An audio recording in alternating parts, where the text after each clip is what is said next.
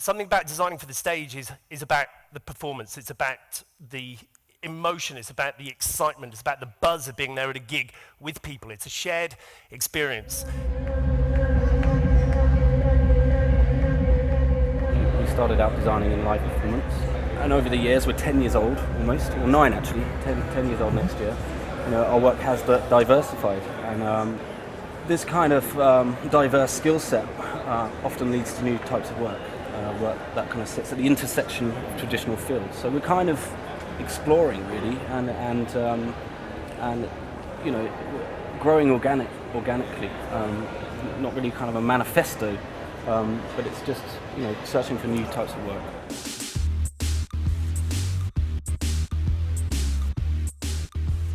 We're taking all that experience that we've gained on the stage and putting it into public art spaces and more recently into permanent artworks, and getting much more excited about materials and material science and how things feel and look, because we want to build things which aren't just there for a temporary installation, but some things that are going to be there for years and years to come.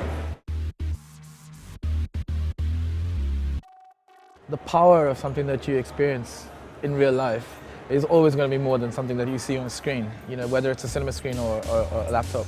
And in particular, it's when people come together that they're forced to look at each other in a different way and to respond to the work in its own way. With Massive Attack, we got a very interesting brief to design a stage set which included a large video screen, but that video screen was not to have any video on it. It was all about real-time information, more like a data display board than a video screen.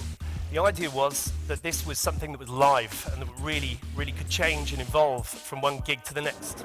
And it's great to see that still, you know, 10 years on from when we first met them, they're still in the studio writing new music, and they collaborate with other musicians themselves, because music evolves and they understand that they need to evolve with it.